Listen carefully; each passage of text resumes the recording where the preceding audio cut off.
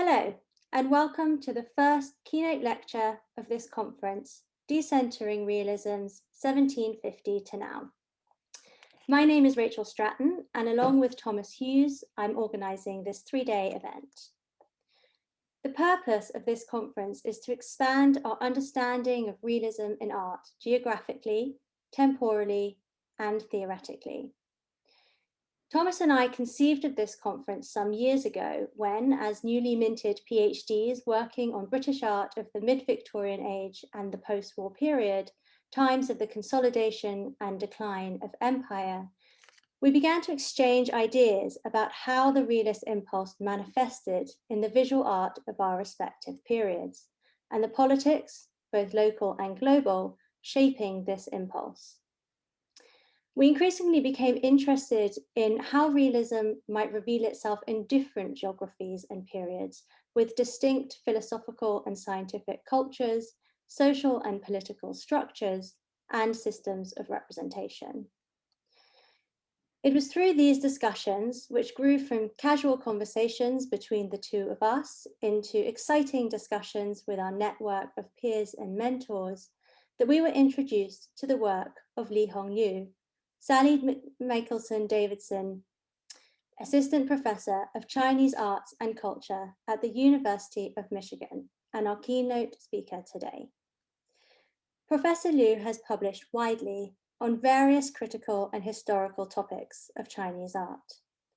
She has published in numerous journals, including the Journal of Chinese Literature and Culture, Getty Research Journal, RES Anthropology and Aesthetics, and most recently in the current issue of Art History, where she has a really fascinating essay examining glass containers from the early Qing dynasty and the modalities and experiences of the container and of containment.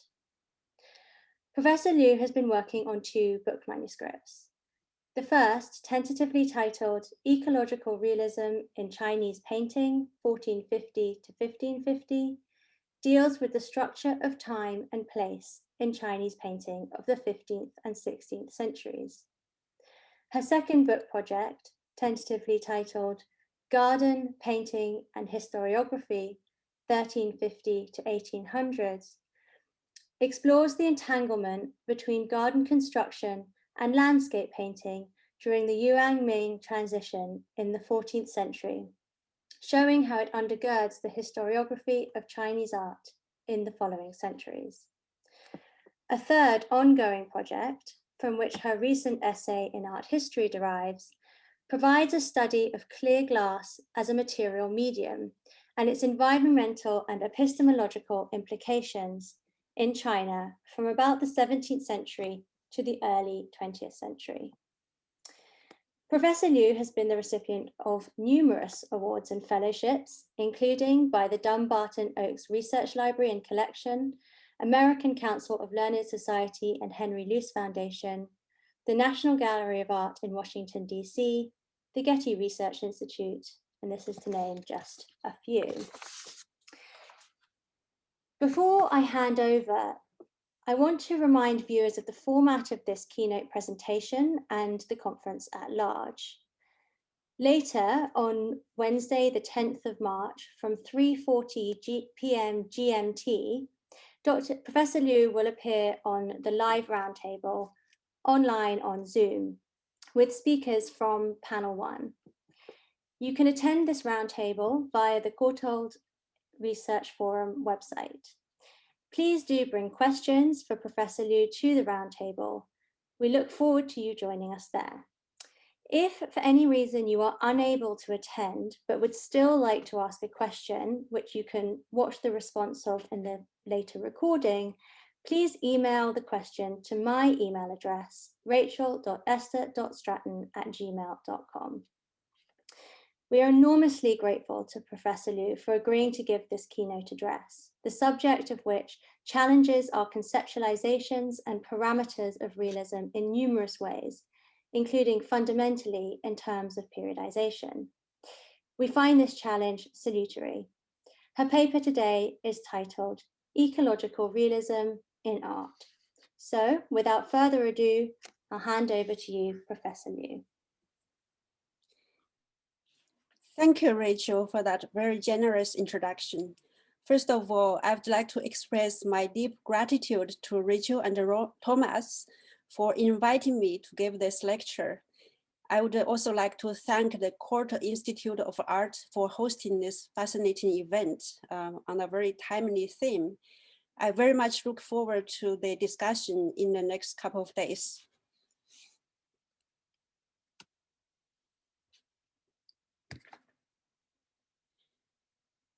The fields are flooded, the crops are submerged by water. Trees are soaked in heavy rains. The village on a mild slope precariously endures the storms. The entire ground is vanishing. This is a scene familiar to the Suzhou people in the Ming Dynasty, who had to cope with seasonal flooding, as the region was and still is a wetland. Located in the delta of the lower Yangtze River in southeast China, the Suzhou area possesses fertile lands. Numerous canals enabled the irrigation of paddy fields. Agricultural produces supplied the main revenue of the country.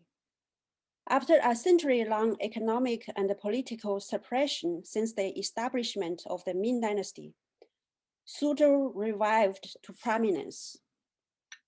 From the 15th century onward, the art world of Suzhou also thrived. The Suzhou art world was led by Shenzhou and his student Wen Zhenmin, who later were referred to as the two masters of the Wu school, defined by social and geographic allegiances. The Wu school artists turned their acumen to the living ground.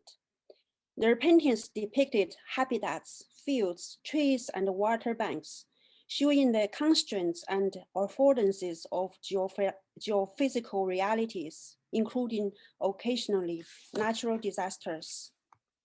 This painting, titled Giving Advice on Farming, was painted by Wen Zhenmin in order to remember a severe flood in Suzhou happened in 1510. Wen painted this painting in Beijing in 1525, 15 years after the disaster. The spatial and temporal distances from the event are manifested in the elusive view of the painting. His quick execution of the painting brought out a flash of memory that seemed to be so compelling. The occasion for Wen to paint this painting was a social one.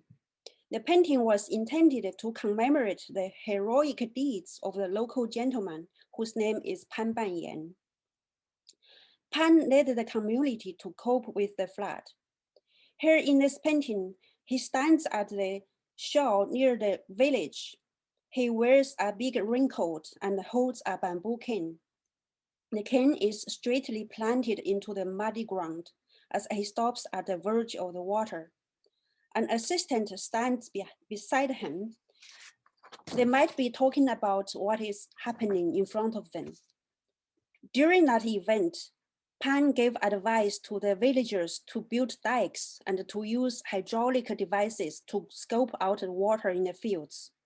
Eventually, after the flood retreated, he led people to replant the crops. In the autumn of that year, the villagers had a good harvest. People acclaimed Pan as a hero in the community and asked him to have a portrait painted, but Pan refused to do so. He suggested having him painted as he walks in the fields, maintaining the land in action. Thus, this eventful image substituted for a portrait of Pan, who identified himself as always being part of the living environment and community. The painting, in this painting, when praised Pan's virtues, the painting also served as a reminder for people to appreciate the peace of a livable realm. In peaceful times, the landscape of Suzhou was different, as seen in Shenzhou's painting, Thatched Monastery. In Shenzhou's painting, we see that the building compound is cozily nestled within boulders and trees, which are surrounded by waterways, dikes, bridges, and fields. Both paintings reflect the geophysical realities of the Suzhou region, where water was both the resource and the thread of people's livelihood. Wen Zhenmin's given advice on farming demonstrates the coalescence between subject and style. The disappearing ground is left unpainted. The houses are relegated to the right edge, letting the vast water space swell within and beyond the surface of the painting.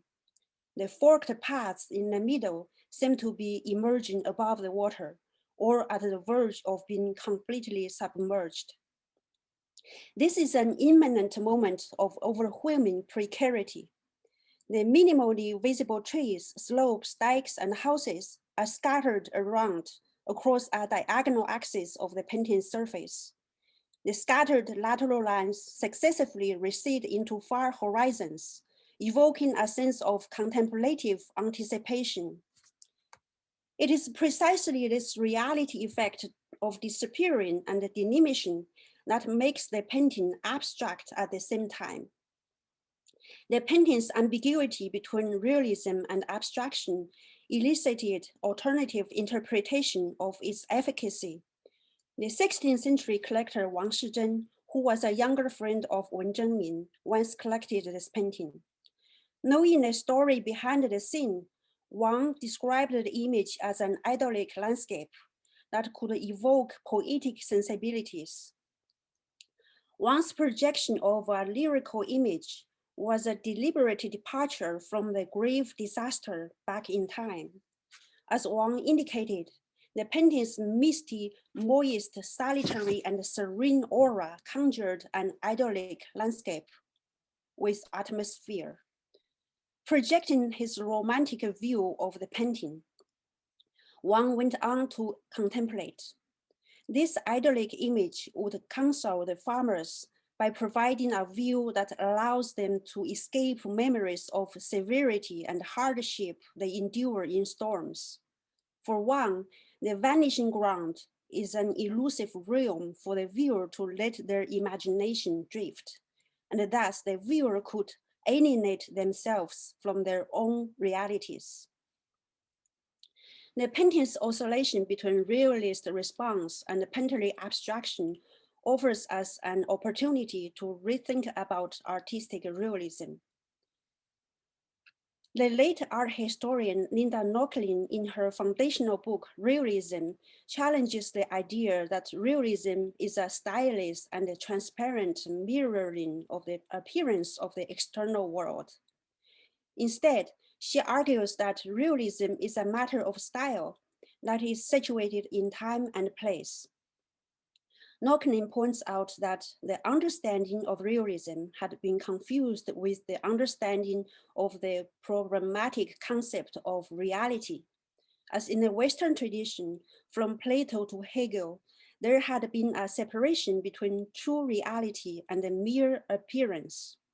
And art was thought to grasp the higher order of reality beyond the lower order of the mundane world. Realist art, as Nochlin suggests, came to value empirical observation more than artistic convention. Nochlin considers realism as conditioned by social historical situations in 19th century Europe.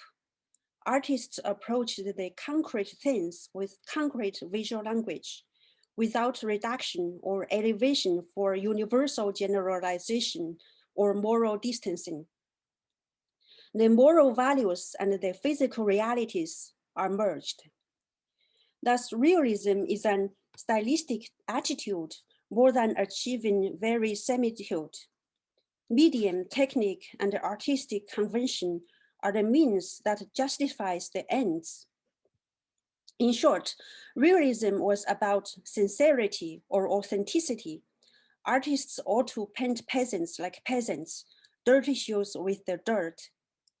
It was also about naivety and spontaneity, as realist artists captured the present moment, followed the nature of time, and emphasized the temporal fragments as the basic unit of experience. In the photo on the right-hand side, Knocklin stands in front of her own portrait that was painted in a realist style. The artist captured the seemingly ordinary moment of repose from a casual angle. Knocklin's observation of 19th century European realism resonates with what was transpiring in the art and the literary world in China's mid-Ming period in the 15th and the 16th centuries. Apparently, that's why my examples push the chronology of the conference back as I respond to the theme, Decentering Realisms. This disjunction of chronology has historiographic significance as well. In earlier writing on Chinese painting in the Anglophone sphere, Chinese painting was considered as abstract and static, measured against the ground narrative of European art, which was thought to feature an arc of development based on the matrix of representational approximation towards the natural world. In 1999, James Cahill wrote an essay titled Some Thoughts on the History and the Post-History of Chinese Painting, in which he responded to such view.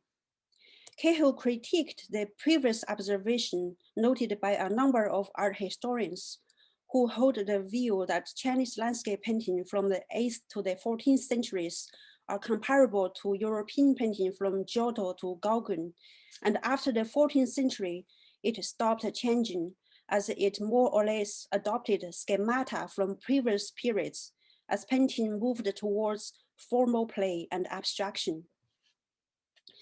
Wen Zhenming's giving advice on farming would have been viewed as the kind of abstract Chinese ink art. Cahill suggests that paintings in China after the 14th century did evolve, but he still focuses more on stylistic genealogy as much as he sees stylistic transformation.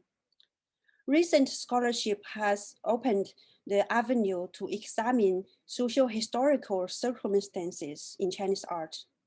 Yet, how artists responded to their living worlds still remain an open area to explore. In this lecture, I take realism as both a style and a method. As Knocklin states, quote, the history of art is more than a succession of stylistic and iconographic convention modified by occasional comparison with perceived reality, end quote. Indeed, Suzhou artists of the 15th and 16th centuries openly criticized those who adopted conventional models from the past. Both poets and painters at that time used the phrase 实景 to denote realist scenery they capture and conjure in their works. The term 实 can be translated into English as real, authentic, substance, tangible, practical, etc. And 景, scene, situation, view. The cultural critic Yang Xunji at the time wrote, quote, my view of poetry is that we should not evaluate it based on style and meter, but only consider whether it plainly expresses the author's intent and authentically presents the image of the scene or situation. As such, everyone, even women and children, can understand what it says. Then that should be good poetry. This is perhaps because scenes and objects are inexhaustible. Humans and things constantly change. Configurations of spaces move and transform. Everywhere and at each moment, they appear differently. How could the words of the ancients have expressed everything such that we can no longer use our own words to write about them? End quote. Yang argues that true good poetry should make manifest the particulars and the variations of real life matters, not to imitate the phrases, forms, styles, and meters of ancient poetry. When referring to ancient poetry, poets should emulate their art of candor and immediacy rather than merely adopting their wording and formulae. Yang's commentary also reflected the contemporary painting theory and practice. Artists like Wen Zhenmin and Shen Zhou believed that seizing the instants in the everyday world is where artistic originality lied. Painting became an ever more viable medium for this democratizing view of artistic creation and appreciation due to its visual and spatial immediacy. Another cultural critique at the time, Yang Shen wrote, quote, "Painting is like what is real, while what is real is like painting," end quote. The broader context of this discussion referred to the fact that painting and the observable world mutually evoke their presences and possibilities. Parenthetically, the Chinese term for arts is yi. Yi's original meanings also refer to the cultivation of land, habitats, and mind. The term for painting is hua. Hua's original meaning refers to figuring the divisions and the limits of the fields. The phrase used to describe conventional model was qijin, which literally means grids of pathways in the field. Those original meanings seem to have been literalized in paintings of those Suzhou artists in the mid-Ming period, when the notion of shijin or realist scenery prevailed. The notion of shijin recognizes the mutual evocation between the artist's intent and the ecological realm. The ecological realm included not only the observable things like terraforms, trees, and plants, but also the amorphous forces instigated by natural phenomena, such as the wind, the rain, the light, the air, and the mists. Artworks conjure up the fluxes of material things and the immaterial forces. What is vital is not only formal likeness of objects, but also an evocation of the liveliness of things that instigate human feelings. Artistic creation was part of the process of evocation and instigation. Shenzhou's quiet setting at night was a product of this intense sensorial engagement with the living world surrounding him. Arguably one of the most enigmatic works, this painting is a small hanging scroll integrating a block of inscribed text above a painted image. In this painting, Shen's expressive brushwork and his subtle manipulation of ink washes create a lively scene that looks both intimate and elusive. Inside the main hall of a residence, a man sits cross-legged on a wooden couch. On his left, a lit candle is placed on the top of a table. The rustic residence is shrouded within several tall trees and bamboo groves, against the background of a range of misty mountains and valleys. The space seems to be accessible in the foreground, but far-reaching in the background. In the text, Shen describes his mental and sensorial engagement with the world by sitting quietly at night. His creation of this work was inspired and propelled by this experience. The text opens with describing the time and climate. He says, quote, "At a chilly night, I was sleeping deeply, but woke up at midnight. My mind gets refreshed and I cannot go back to sleep. So I put on clothing and sit facing a lamp and read a book. Then I feel tired. So I put down the book and sitting tight, holding my hands," end quote. This prelude suggests that he begins to clean his mind and empty his hands, ready to focus on the present moment. Then he notices his immediate environment. He says, "Because the weather is just clear after some days of rain, the moonlight shines through the windows. This visual illumination leads him to hearing various kinds of sounds from outside." He says, quote, "I heard the sound of the wind shaking the bamboo and the trees. The howling caused one to be resolved to stand firmly and not retreat. I heard the sound of dogs snaring bitterly.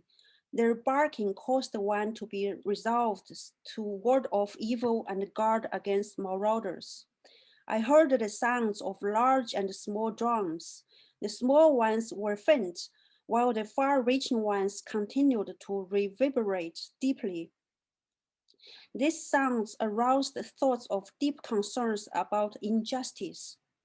The official drums to mark the hours were close, from 3 beats to 4, 5 bell in the northeast, a tune that was clear and far-reaching through the rain-cleansed air. Listening to it, again, I could think of nothing but wait till dawn to begin this work. End quote. In this passage, Shen describes 3 kinds of sounds from the wind, the dogs, and the drums. He could differentiate these sounds from their chaotic mixing and felt about the natural causes intermingling with the conflicts of the human world. The wind shakes the plants, the watching dogs of households bark against the invaders, and the drums signal unjust affairs. And by the way, at that time, when common people encounter injustice, they beat the drums in front of the government office. Here, there are also drums that function as time-telling devices, which mark the hours, reminding him of the immanence of the passage of time, just as the sounds of the drums permeate the omnipresent air. The sounds aroused him to visualize a living world that is much bigger than where he's presently situated. The painting itself also just presents a small slice of such living worlds. The meandering brook in front of his house would flow into a larger watercourse elsewhere. The footbridge connects the ground. In the background, the deep valley flanked by the mountain peaks recedes into a far distance. The valley is also where the worldly acoustics can be echoed and projected back to him. The reverberation is intensified by the swift flow of the rain-cleansed air. In front of his house, 2 trees are blown by the wind fiercely, projecting towards his immediate sight. The lit candle near him responds to the pressure of the air. Its flame is flickering and tilted, creating perhaps phantasmagorical undulation of luminance in the nocturnal scene. Then Shen had a philosophical reflection. He says that during the daytime, when everything is in the hustle and bustle, patterns of things can be harmful for the senses. But now in quietude, he feels that his senses becomes united with the environment in harmony, and he realizes that the patterns of things can inspire him and cultivate his mind. This experience awakens his inner self and strengthens his moral resolve. He urgently expects the dawn to come so he can deliver this experience into painting, and then another day shall begin. In this scroll, the coexistence and correspondence between image and words reaffirm such idea that the tangible things and intangible forces are united in one physical object. We could think that the earthly image represents sight, while the words above represent human voices of speech. But by now we have also understood that the atmospheric space of the image also presents the travel of the sounds in the air, while the words as calligraphic text emulate the intricacy of patterns of things that is no less visually compelling.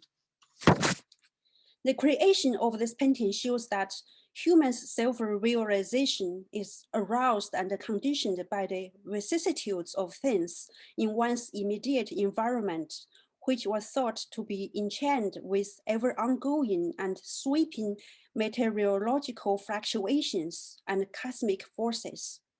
Thus, being within time and intuiting the universe near and far, aimed to attain harmonious unity between the phenomenal world and one's inner resolve.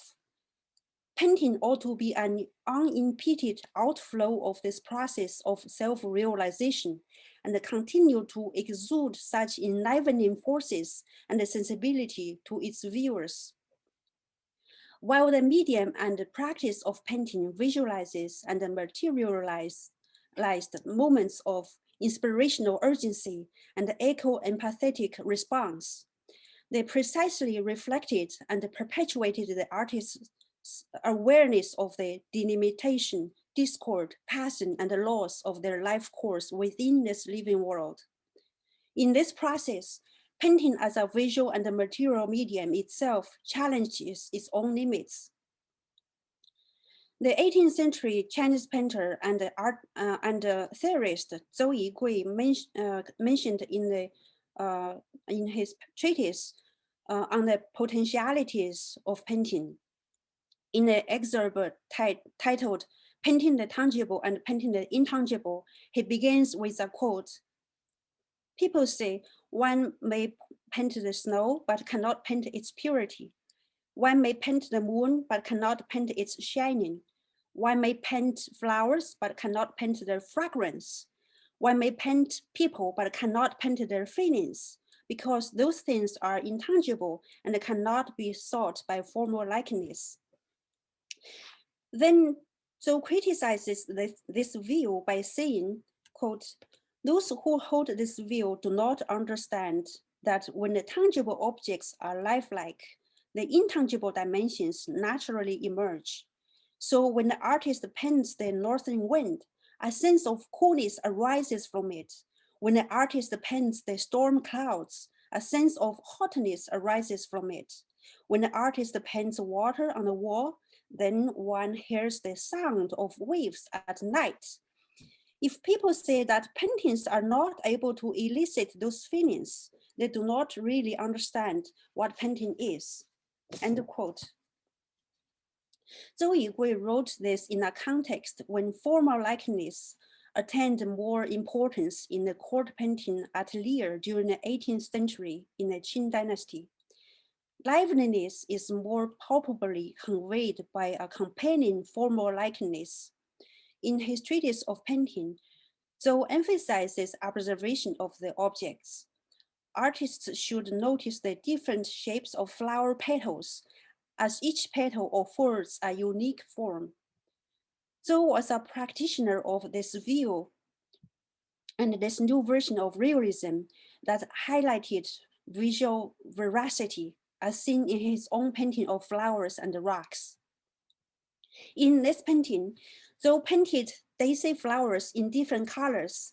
He used the subtly varied tones of green colors to depict the leaves and diluted ink to modulate the facets of the rocks. The applications of brushwork and pigments conform to the delicate and vivacious forms of the flowers and the rough morphology of the rocks, allowing the lifelikeness of the objects to bring out the vitality of the scene. Zhou Yigui was among the court painters who collaborated with European Jesuit missionary painters at that time in order to produce large-scale paintings with documentary qualities, as seen in this enormous scroll documenting the Qianlong Emperor's southern tours. In this painting, we see the emperor's entourage travel across water and land, welcomed by local people. This is only part of the project, depicting the emperor's entourage entering the territory of Suzhou. Techniques of perspective were deployed to depict illusionistic space. In appreciating this kind of court paintings, although the term 实景 or realist scenery was used to denote the specificities of place, more often people spoke of their representational illusionism. The sense of liveliness comes out of the controlled depictive precision. At the same time, the totalizing view, the unbroken spatial coordination, and the ground narrative of the scene generate spectatorial awe and visual distancing. In comparison, in Shenzhou's thatched monastery, which also presents an aerial view, the viewer is readily invited to tread on the ground from all directions, as the pathways and the platforms extend to the edges of the painting. Viewers could even take a vicarious route following the man who just entered the scene from the right edge and about to cross the wooden bridge. The painting probably appeals for the viewer's empathy of being here and now. The viewer is also urged to feel that they could move their bodies within the scene while interacting with the immediate environment.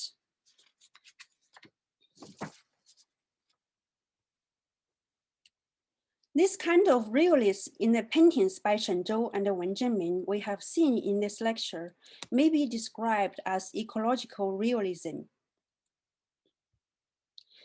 Ecological realism as a broader intellectual inquiry was championed by the philosopher of science, Marjorie Green, against the Cartesian epistemology that separates the mind and the living body.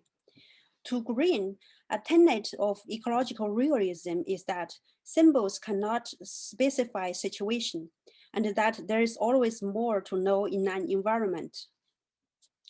Green presents possibilities of living up to intellectual inquiries in an ecological process, with humans as living organisms within it. In this process, perceptions entail action. Representation is a form of intervention, and observation becomes a mode of discovery. In short, making sense is making way to the living world. Granting the active rules of all the agents in the ambient world, ecological realism acknowledges complexities and multitudes, and thus seek incompleteness, differences and contradictions in instances of perception and prediction. Because of this instantaneous nature of perception, the limitations of knowing are also real. Reality in this sense refers to moments and instants of an embodied knowing process in the surrounding living world. By quoting ecological realism in the title of this lecture, I hope to reevaluate its provocation of ecological epistemology and question how embodied experience and abstraction can be medicated. Ecology as part of biology to begin with, like almost all biological investigations throughout the 20th century, has adopted what is called crypto-vitalist approach, meaning the understanding of life process through both encoding and the phenomenal observation based on material agency. In recent couple of decades, new eco-criticism has tried to readjust humans' positions in the workings of the expansive and diverse ecosystems. Concerning with current environmental and social issues, ecological thinking also redefines reality in secular terms and by reducing human priority. At the same time, the term realism has been variously redefined in humanities as well as in social sciences. Sociologists have proposed critical realism as a way of revisiting realism in the so-called meta-modern 21st century. Critical realism tends to reevaluate modernist positivism and postmodern deconstructionism and find a mitigating point, seeing the interaction between factual information and historical experience as a reality. In philosophy, a conference held in the UK in 2007 brought to the fore speculative realism, which attempts to redefine the relationship between humans and things. One effort of this school of thought is to critique the correlation between human thought and things. Co-relationalism, as they term it, prominently reflects Kantian type philosophy. Speculative realists think that humans do not have direct access to reality, and the indirect access to reality is more powerful, which in art can be described as the surplus. In Chinese, it might be equivalent to the term qi, which grossly refers to life force that exists as potentiality, latency, or virtuality in all things. Both critical realism and speculative realism seem to have responded to the post-truth, post-modern era, trying to bring back a certain objective substrates of reality. So realism as a broader intellectual investigation matters anew. At the same time, in the making of scientific knowledge, the inaccessible or unobservable becomes accessible and thus knowable. The crafting of knowledge makes use of the perceivable reality. For example, this image of microcanyon manifests a micro crack in steel after bending tests. The scientist colored the resulting micrograph into the appearance of the geological transformation of the canyon.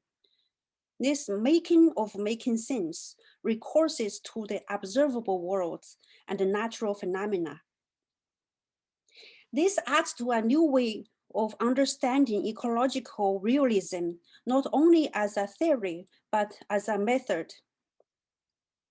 The transmutation between matter and form and between scale and space provides access to knowing.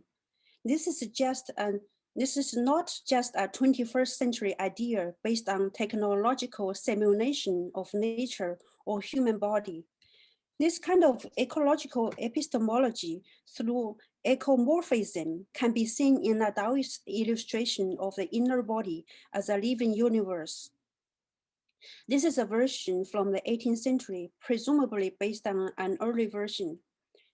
Here we see a landscape manifesting the anatomy of the upper part of human body. There are figures conducting various activities in a semi-lived world. The strikingly eligible forms of mountains and water, trees, fires, stars, hydraulic devices, and farming activities make sense of the workings of the inner body.